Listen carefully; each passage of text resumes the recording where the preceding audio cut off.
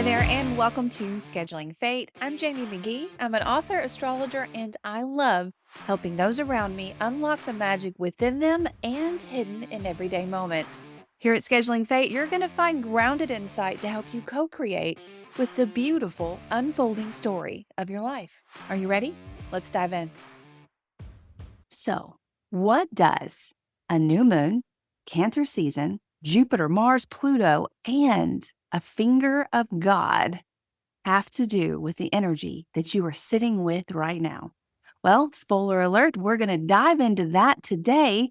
And it doesn't matter when you happen to find this episode, whether you are living through it as this episode drops, or you find it weeks, months, or years down the road.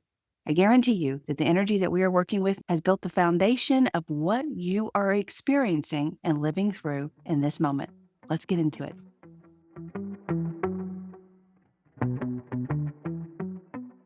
Hi there, and welcome in.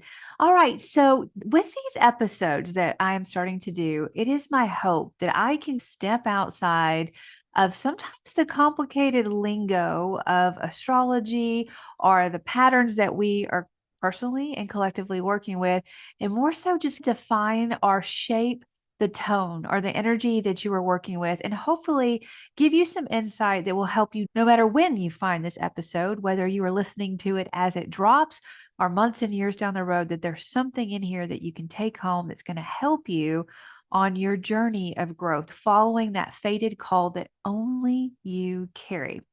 All right. So recently I've been going through a Mars return. I just finished one. I'm still kind of riding the high of it. And on this Mars return, I've been doing what Mars loves to do. I've been going on long walks. I've been taking a lot of action. I've been looking at all the little details and things that I would want to change. I really love that burst of energy with how it hits my personal chart. But as I'm on these long walks, I'm always trying to work out, what is this energy trying to teach me? Because it definitely is trying to teach me. It's either a lesson or a blessing. And if I can be conscious of what that is, then hopefully I don't have to repeat the test, because nobody likes repeating the test. Of course, we all level up, we get a different version of the test, etc. Anyone who's on a spiritual journey or alive and awake right now, you know exactly what I'm talking about. And one of the reasons I've been dialing into it, this is a turning point in the year that I'm recording this in 2025. This is that point in time where we feel like we woke up and we're like, how the hell did I get here? What was going on in your life in the fall of 2024, and how drastically has that changed at this point in the middle of 2025? I think if you take a second to meditate on that, you're going to find some pretty eye-opening answers. And a lot of times, we are living so fast. We are so caught up in, okay, I have a spare moment. Let me pick up my device. Let me scroll. Let me listen to something. We don't really take the time to stop and say, wow, that really is over. And that is my life now, or this could be my life now. But at this point, there's this energy of feeling just a little bit stunned, like, okay, what do I need to do? This season of time pulls us to think about the past. So all of those right, wrong turns, or I didn't choose this, you chose this for us, or the situation chose for me to go through this, is very profound right now. And when we have situations like this, it's all about perspective. And I am a realistic, optimistic person, meaning that I realistically know that it's hard to be optimistic about everything in our life, that there are some things that we are supposed to feel the feels, and it's going to hurt, it's going to twist, it's going to burn, or we're going to feel on the opposite side, that elation, that excitement. I can't believe that happened. And then maybe even a little bit of guilt because we are so excited that this great thing is happening to us, but this other person is suffering. So we try to bring down our energy so we're matched with everyone else. It gets to be a complicated emotional mess. And I've been walking with this phrase. I don't know if it's been quoted somewhere else. I don't know where it came from. I don't know how I put the words together. So if you've heard it, give credit. But it is move through life with a welcoming spirit. Now that sounds beautiful. It sounds rhythmic. It sounds as beautiful as the butterflies that I'm seeing flying around, as beautiful as the wildflowers that sometimes my husband calls weeds. I don't know how they could be weeds, are flowing in the wind. It's beautiful. Move through life with a welcoming spirit. But is that easy? Is that something that we can always do 24/7? Not always. It's hard to welcome in the challenges. It's hard to understand why bad things happen to good people, or it's hard to understand why someone seems to breeze through something, but you are always walking through the wind, which kind of reminds me of my walk the other day. Half of it, I was walking into the wind, but when I turned around the property, the wind was pushing me. That's a reflection of the energy that we have right now. There is something that we are pushing into, but there's also something that's pulling us back and saying, wait a minute, are you sure you want to do this? Should we be afraid or should we be hopeful? Or can we be both? Can we be both hopeful and a little bit anxious about what direction this is going to take? And if I find myself there, what do I need to do about it? How can I manifest? How can I work towards the outcome that I want? And one of the best ways to do that is to focus on the outcome that you want. And if you take a second right now and you think about whatever problem you're having at home, at work, internally, externally, physically, what outcome do you want? Now, just pausing and thinking about that question is going to do one thing for sure. It's going to take you out of the moment that you're in, because a lot of times we're so focused on what's wrong that we're not giving our mind the space that it needs to work out the solutions that would lead us to the resolution that we want. And I'll admit, there's a lot of things in emotional ties in my personal life where I don't really know what to hope for. I don't know what outcome to hope for besides that everyone is happy and on the path that they need to be on, which is sometimes a heavy thing to hope for because that path could be taking people away, it could be bringing people in. Who knows? I don't know. God Almighty is the only one that knows. But if you take a second right now and you ask yourself, what outcome do I want? And the next thing that I would tell you to do after you say, okay, this is the outcome I want. If you can think of it instantly, perfect. If you can't, that tells you this is a very deep and emotional soul growth moment that you're going through, and honor that.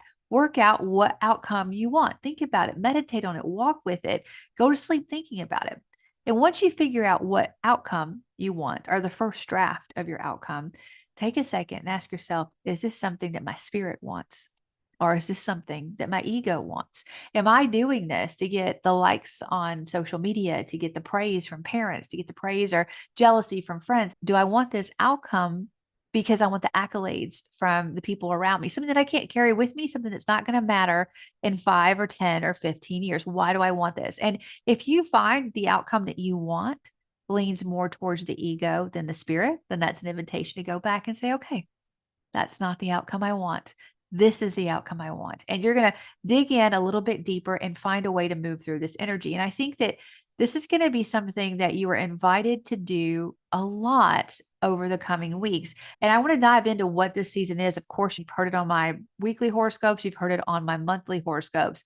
But there's a lot of things in astrology. Actually, there's a lot of things in every single industry that has these blanket statements. And we're like, okay, yeah, fun, got it. I got the keywords. I'm running off to the bank with it. That's all I needed to know. And the thing is, when we get those catchwords, we really miss the essence of the energy, or the idea that everything has a shadow and a light. Now, every year around this period of time, the sun moves into the sign of Cancer.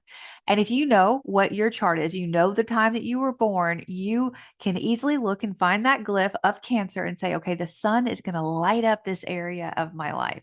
And if you know a little bit more astrology, you can say, okay, it's going to light up this area, but it's going to activate, square it, or oppose these other areas of my life, or it's going to move and flow. It's going to be nice and easy with these topics of my life. And if you sit back, even if you don't know anything about astrology, you can say, you know what? I love this time of year because of this. Or every time this time of year comes up, I have this challenge. And how can I work through it differently? So, in essence, no matter where the sun is, those key words of the sun's energy, identity, and willpower, and vitality, and that divine masculine and inner light are very powerful, and they're activated through the archetype of the zodiac sign that we're working with when we look at Western astrology. Now, a transiting sun, some could say, is the awakening of a conscious spirit, because every year, each month, the sun is moving through an awakening or bringing a conscious energy to that area of your life. Kind of think about, I illuminate, I energize, I focus this life force where it's needed. Each year it gets this attention. Now, is it exactly the same? No, there are some very, very potent transits and your personal natal chart that all layer on. Let's think about progressions as well. lots of different layers that was going to make every month a little bit different. But there's an underlying heartbeat that you're working with. So, in essence, the transiting sun, wherever it is stirring your inner life. It's encouraging a rebirth, a will, a focus on that particular topic of that house. And bonus points if you're just a little bit more advanced in astrology, you not only want to look at the house, you want to look at where the ruler of that house is in your chart, who it answers to, because undoubtedly the sun transiting through that house is activating more than that house. You're seeing the most concentration in that area. So as I'm recording this, the sun is transiting through the sign of Cancer, where we just had Jupiter move in recently. So this is often an energy that is very romanticized. Hello, Cancer, sun, moon, risings. I love all of you. This energy is romanticized by a lot of keywords. It says, you know what, this is nurturing, this is loving, it's emotionally sensitive, but that's okay. But there's more to this Cancer energy than just those keywords. And I think if you know a Cancer sun, moon, or rising, or if you are one, you can testify to this energy. Cancer energy is ruled by the moon. Now, the moon is our emotions, but it's also the collective. It's how we all feel. So, if you have strong Cancer placements, you're very much in tune with those around you. And there's a lot of times you have to check yourself. Is this mine to hold or is this you? Am I feeling anxious or are you anxious? You really feel in that room and you have to work on building in some protection to work with that energy. Now, when the sun moves into Cancer, we all get to be honorary Cancerians here. And we may say, you know what, Monday, I love this idea. Wednesday, I was kind of, I don't know. And then Friday, I was over it. I didn't like it. It was done and done. And we're forced to kind of find our baseline. How do we feel about this? Now, this energy is also going to invite us to nurture what nurtures us. There's a powerful mother archetype tied around this energy. It's very warm, it's empathic, and it has this loyalty to it. Whether I get along with you or not, I love you. And I think all the mothers out there can completely understand this. There's a very strong, loyal energy. Whether I'm fighting with you or not, I'm always going to fight for you. I've got you, I'm in your corner. And because of that, there's a very strong, intuitive energy where everything feels right. It doesn't have to be said necessarily. We have this connection. I can look at you, you can look at me, we're on the same page. If you have these placements, you already know what I'm talking about. Now, if you have these placements, you also know that there are challenges. So, some of the challenges with this can be emotional overprotection. The loving nature can turn into something that feels a little bit controlling or smothering, or there's tendencies where you are not sure if it's safe, that it's not safe for them to do that. So, they should not do that. And I think about this as a mom. I remember when your kids learned to walk, like you had to hover, but not too close. You had to let them learn to walk. And it was the same at other milestones. You had to let them walk in the kindergarten door. You had to let them walk in the middle school door or onto the practice field or onto the tryouts or out in the world for the first time. You had to let them go, but it was really hard because you didn't feel like it was safe. It was unknown. So it was fearful. And think about that for a second. If your parents didn't let you do that, or if you don't let your children do that, are they really living? Are they existing? We have to make sure that we're not smothering things that we love and want to nurture. Now, this energy can sometimes be a little bit moody, it could be a little bit withdrawn because this energy does not want conflict. And the idea is if I avoid conflict, there will be no conflict. This is sort of a water sign energy. Pisces does it too. But the truth of the matter is, by avoiding conflict, you create conflict. By turning around and saying, okay, this is the issue. This is the emotional barrier. Or this is the physical barrier that we need to work with to get on the same page or understand what each other's page is to move forward. That is how you avoid conflict. Now, another thing about this energy, which I don't know if I would consider it so much a shadow, it's somewhere in the middle. It depends on how you use it, but it can be very nostalgic, attached to the past. So Cancer suns or strong Cancer placements can cling to old wounds or memories or relationships. It really makes it hard to step outside of that energy because you still want to be in the feels. And if you don't have strong Cancer placements, just imagine how you felt after a really big breakup or a really big separation or an ending. Some of us would want to move right through that, burn it. Okay, I felt it. I'm moving on to the next thing. But this energy is like, I want to marinate in it. I want to feel it. I want to sit there and watch those old movies. I want to go through my camera roll. I want to listen to that song and really slip into that memory that I have. That is something that I think that we are definitely going to visit a lot right now in this Cancer season, because as we began this episode, We're talking about how we're standing between two worlds. We woke up, we found ourselves here, and we know that we need to go forward. We're just a little bit afraid. We're not really sure what's around that corner. It's unknown, so it's unsafe until we know what it is. That's what our subconscious is telling us. At the same time, we're feeling really nostalgic for the past. But if you find that you are feeling utterly nostalgic, missing what just went down, I want you to reflect on what you're missing. Were you missing what was happening as it ended? Somewhere in the middle, the beginning? Or was it that overall idea, what you wanted it to be, the vision that you had for the job or the relationship or that chapter of your life? And if you're listening to this saying, you know what, I'm not really grieving for anything that I left, that's great. That's fine. No one says that anyone has to grieve for what has adjusted. Many people had some brilliant, brilliant breakthroughs. And if that is you in this period of time that we're in now, as we have two outer planets getting ready to go retrograde and join Pluto and some other energies that we're going to talk about in just a minute, you're still going to be invited to go back. And your invitation to go back might be just to remember the lessons that that experience taught you. So when you see them reflect in this story that you're about to step into, you're like, uh-huh, I know this rhythm. I know how to do this. And now I'm going to build. I'm going to go forward. And as you do that, suddenly that unknown is not quite as fearful as it was before. Now, in the monthly horoscope, I go through the most potent transits that we're working with. You're going to see those dialed down even more in the weekly horoscopes. You're going to be able to read your sun sign and your rising sign. But there's a couple of things that I wanted to mention in the vibration that we're picking up on right now. So we are approaching a new moon. Now, when the moon is new, it's not as potent as a full moon. Now, a full moon, we feel this buildup of magnificent energy. It seems to be buzzing all around us, whether it's positive or negative. And then we have this apex, and then we have this decline. A new moon is a whisper. It's quiet. It's a subconscious calling. We've been dialing down coming off that last full moon. And now, if you go outside at night, there is very little light. The stars are bright. And it's an invitation collectively. It's going to be different for your chart depending on the moon phase you were born with, but collectively to go inward and say, you know what? I'm going to carry this forward and I'm not going to carry this forward. It's a great time to set intentions or goals in that house of Cancer in your natal chart. Now, we also, in this month that we're stepping into, we have Jupiter in Cancer. So the sun is going to meet Jupiter. Now, I have a disclaimer. First time you're listening to me, welcome. If it's not, then you've heard me say this a million times. Jupiter does not know the difference between positive or negative. Whatever you focus on, it's going to amplify. It's going to amplify tenfold.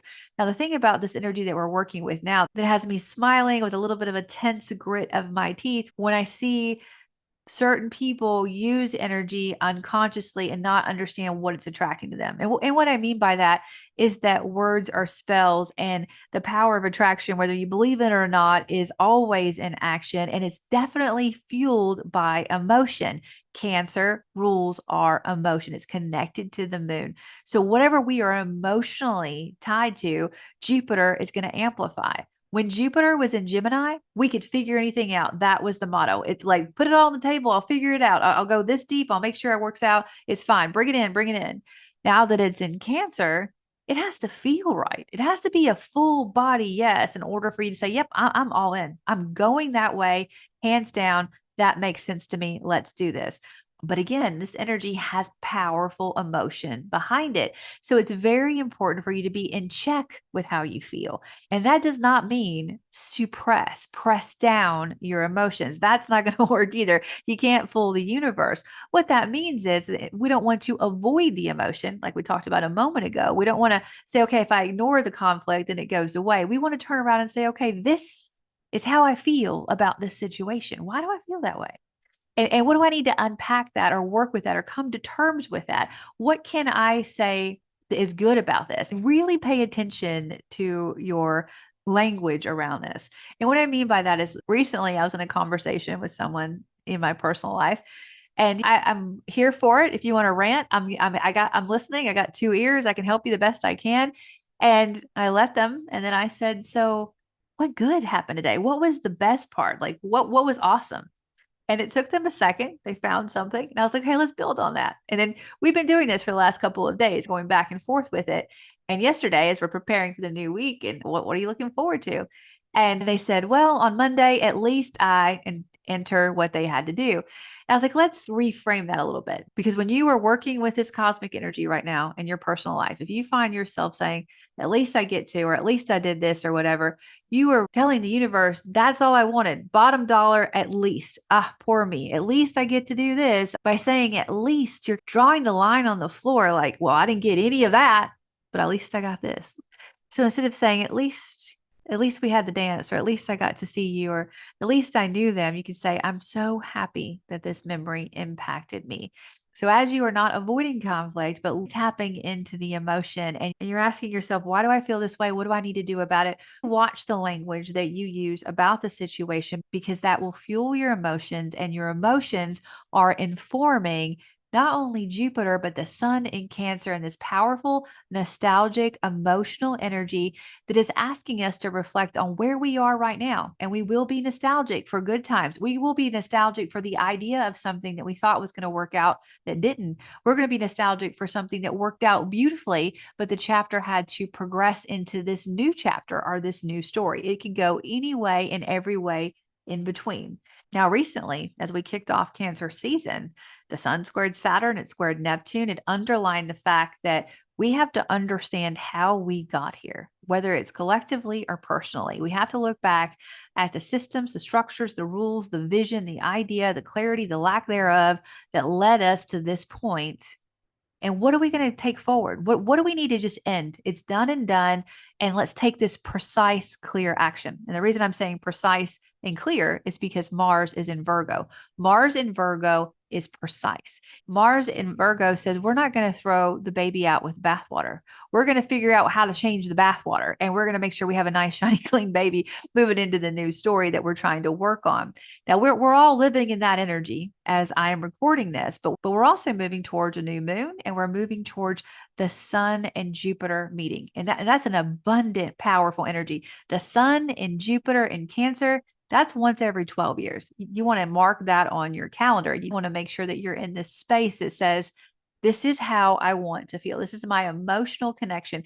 This is what I want to nurture, because as Jupiter moves through Cancer, what you nurture is going to flourish.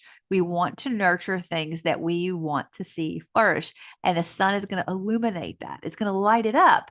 But around that same period of time that we're working on, as we get close to the 25th of June, we have a new moon in Cancer. So back to the new moon story, this quiet whispering of an energy that says, what do we want to leave behind? Now, I could just stick to the keywords. I've already told you what a new moon does. I can tell you to set your new moon intentions and tell you to move forward. But there's some complicated energy tied into this new moon. And one of them, which I'm sure you're going to see with all the astro hype, is there is a finger of God. The first time I heard that, like decades ago, I was like, there's a finger of God. So I have one of these in my chart. But it's a yod aspect with this new moon. And I know I don't want to get too technical here. I always want to keep this podcast where no matter what level of astrology knowledge that you have, that you're able to take something home. But with this energy, we have this new moon, this new idea. We have come out of the darkness. We are setting the intention of where we want to go with this Cancer energy. We have this abundant heavy hitter Jupiter right there with us. We've already had conversations with Saturn and Neptune. We understand there's a new story in town, but we have to finish up old business.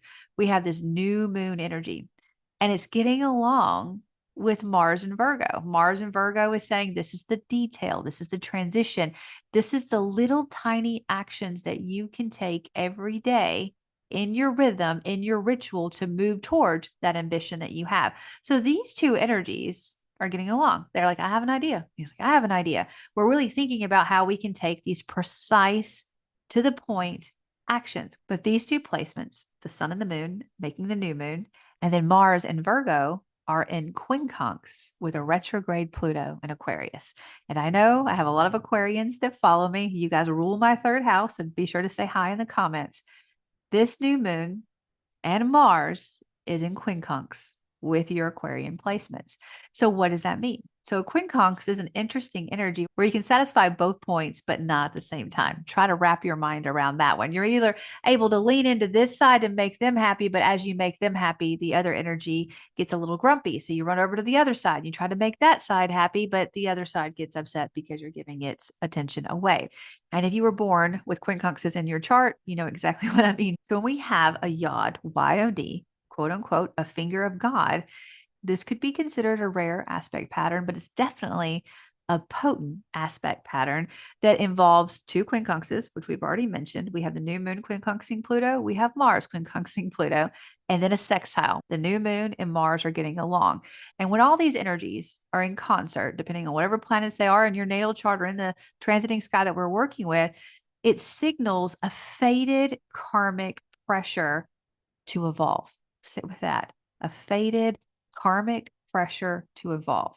It's uncomfortable, but it's also ripe for divine intervention, soul recalibration, or an energetic redirection. Where in your life are you feeling that invitation?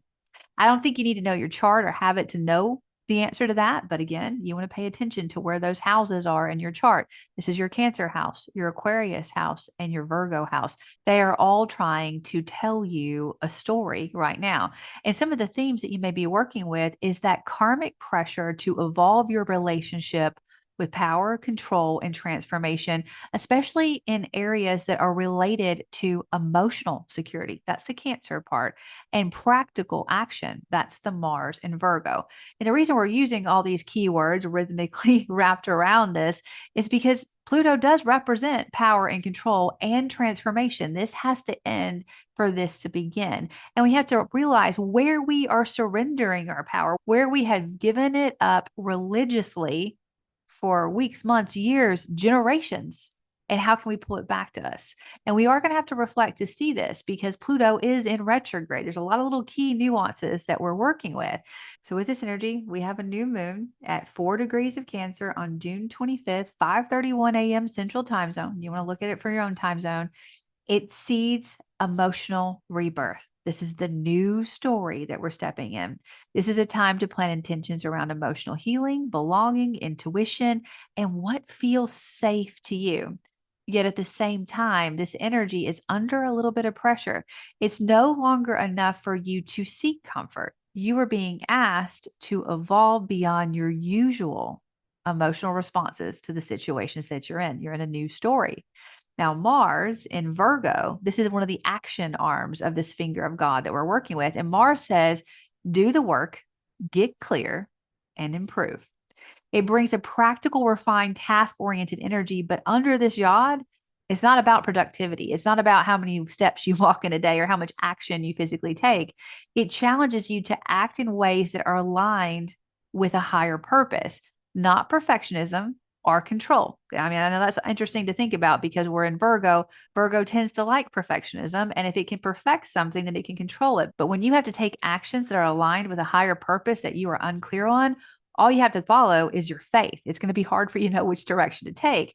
Now, let's look at where both of these 2 points are heading towards, which is Pluto in retrograde, the apex, the point of this. Pluto retrograde is the soul's pressure valve of this situation. It's a collective force, but personally, it's a demand. And it is asking you, ever so politely, you hear me chuckle there, to release emotional or practical patterns that keep you in safe mode. So let me ask you, what emotional or practical, it makes sense, it made sense at some point at least, patterns do you have that are in safe mode? They're really stopping you from any kind of growing edge that's going to lead you to that higher purpose that is calling you into this new story. It wants you to purge those outdated beliefs. If someone says, you know what, don't go learn that, don't go hang out with those people. If you hang out with those people, you can't hang out with us. If you believe that, then you can't believe this. Are you on team A or are you on team B? Pluto says we are Aquarians right now. We are all one. We are all connected. This is our community. Pluto is also going to ask you to let go of the illusion that if you do it right, Virgo, or feel safe enough, Cancer, you will avoid the discomfort of evolution. Evolution is not supposed to be comfortable. We are supposed to grow through this. Really think about the most awesome moments in your life, whether that was falling in love, having a baby, getting married, going to school, some kind of sporting event. I don't care what it was, the most awesome moment of your life. How much fear was involved? How scared were you? How much of that growing edge did you have to lean into? And the second that you were in the middle of it, the second that you were like, whoa, that just happened. How did your body feel? How did your spirit feel? How did your emotion feel? That is the other side of evolution. And that is what Pluto is trying to get us to go through. Get out of safe mode. Let's step into this new energy. So one could say that this finger of God, this yod configuration, the message that it has for you as we step into Cancer season is to stop trying to emotionally protect or over perfect your way around transformation. The universe is calling you to a higher octave of power, one that is rooted in truth, not control. And this is something I have to admit that I am working with personally as a writer, as a mother, as an astrologer, as a wife, everything. I am really connected to like, okay, well, it has to be perfect. It has to be just like what other people are doing. But does it? Is that really my voice? Am I an echo? I don't want to be an echo of what's out there. I want to take what I have distilled from the information, from things that I have learned from my life or books or experiences, and I want to teach it in a way that I learned to understand. And that may help you understand it in your own way and apply it to your life. And there's something in your life right now that is being reflected in the way that I'm talking about. It doesn't have to be perfect. It has to be authentic. It has to be from the soul. And it could be messy. It could be ugly. It could be in that creative chaos spirit. It just can't be an echo. And that's what this energy is talking about. So, some of the things that you could feel is the pressure to make a choice without clear direction. I don't know what that's going to look like. How am I supposed to make a choice? I'm gambling here. I wouldn't really call it gambling. I think that you're more so following faith. You're following that instinct to go in this direction.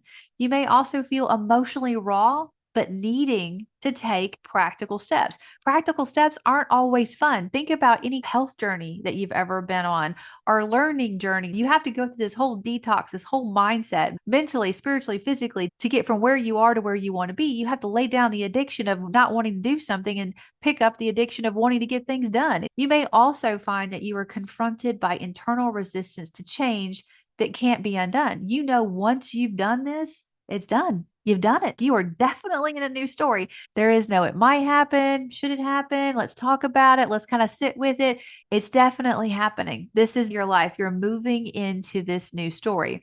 So, as you're working with this, with the new moon, the role of this new moon is an emotional seed that you can plant. What are you ready to feel? What are you ready to let go of? How do you want to feel every day?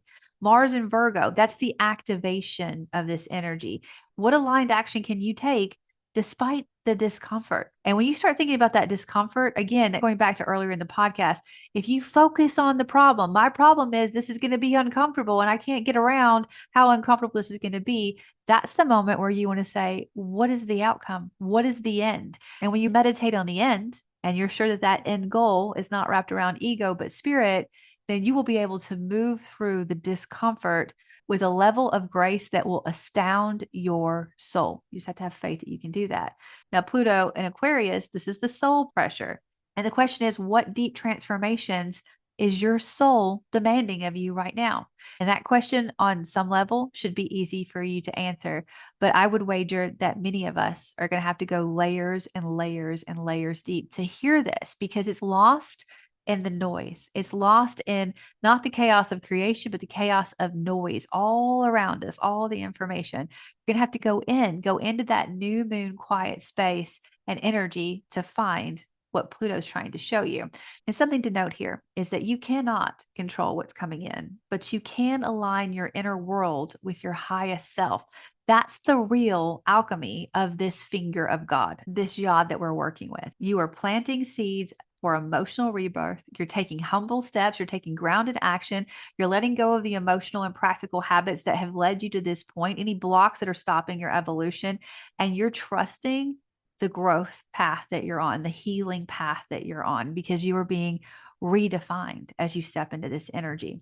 As I was reflecting on what I would say today in my walk this morning, a couple of my favorite quotes started popping and I wanted to share them. One is loud and proud. And I'm sure you've heard this 1,000 times, but it's the cave you fear to enter holds the treasure that you seek. And that's Joseph Campbell. I have been a huge fan of Joseph Campbell for decades upon decades. But this quote, the cave you fear to enter holds the treasure you seek, is really about facing that deepest internal fear and getting ready to go on your hero's journey, which means that on the other side of whatever you fear right now is that evolution, is that transformation of Pluto. It really reflects Pluto and Aquarius and the Yod energy perfectly. You're being asked to walk toward what seems overwhelming, what seems scary, what seems impossible, what makes you feel like you have imposter syndrome. But the soul treasure, the message that you're supposed to walk with and unpack, the gift that you have is inside of that cave. Now, something that I always think about too, when, especially if I had to grab a microphone like right now, is biblical. And it's Mark 6:4. A prophet is not without honor except in his own town, among his relatives, and his own home. And this message, I remember being, I don't know, 12 or 14 when I was trying to understand this concept. But basically, and it scared me because I was like, what do you mean I have to go somewhere else? Shouldn't the people around me be the one be, oh, wow, you're wise, you're so talented. Shouldn't they be the ones that lift me up? But the whole message around this was we have to go outside of our comfort zones. It reminds us that spiritual truth and authenticity often goes unrecognized by those who see us every single day. Think about a weight loss journey that you're on. The people that you live with never notice that you've dropped a single pound, but then you meet someone that you haven't seen in a couple of months. They're like, oh my gosh, or you post on social media, and all of a sudden you're like, wow, the work is starting to pay off. But the people who see you and know you the most, they don't see it. And I think that Mark 6:4 really reminds you that sometimes you have to go outside of your comfort zone or you have to go outside of your tribe. Because if your tribe taught you the wisdom or the story that you're working with right now, then maybe it's your job to take that message to people who did not have the privilege of hearing or understanding or going through your path and walking with what your tribe of people always do. And I want to close with this one. Hebrews 11:1. Faith is the substance of things hoped for, the evidence of things not seen. In other words, faith is about comfort. It's about holding trust when the outcome is invisible, which directly ties to just about everything we've talked about, but most definitely the Cancer energy and the Cancer season that we are stepping into. We have to have emotional trust. We have to understand that, yes, everything that I've experienced, whether I remember it or not, in my ancestral lineage here is woven into the fabric of my soul. And I'm going to carry that into the new story. I can be nostalgic. I can want to stay tucked into this comfortable nest. But at the same time, I know I need to pull the covers back. I know I need to step out and I need to go out on this journey. I am being asked to grow and transform. Faith is the substance of things hoped for, the evidence of things not seen. Hebrews 11:11. So as you reflect on this podcast, no matter when you find it, I want you to trust that the path that scares you is where your soul treasure is buried. You may walk it unseen, but trust that what is unfolding is divinely orchestrated, even when it makes no earthly sense. How did it happen? How did I get here? It's divinely orchestrated. And when you can trust that, when you can lean into that, when you can say, this is my emotions, this is how I feel about this. Why? What do I need to do about it? What's in my control? How do I lean forward into this energy? You will find a profound transformation in a different way to wake up every day and engage not only that personal internal universe that is one of a kind. You're the only person on this planet with your stars. How can you work with that energy, but also how can you engage the world around you? What difference can you make today, in this moment, in this second? All right. Thank you so much for tuning in. Again, if you'd like to dial into your horoscopes, you can always go to schedulingfate.com and check on the blog. If you'd like to work one-on-one with me at schedulingfate.com, you can find more insight about how to do that. You can also check out the transit reports that I have at schedulingfate.com. Those are always a great window into how the energy is speaking to your chart. All right. Until next time.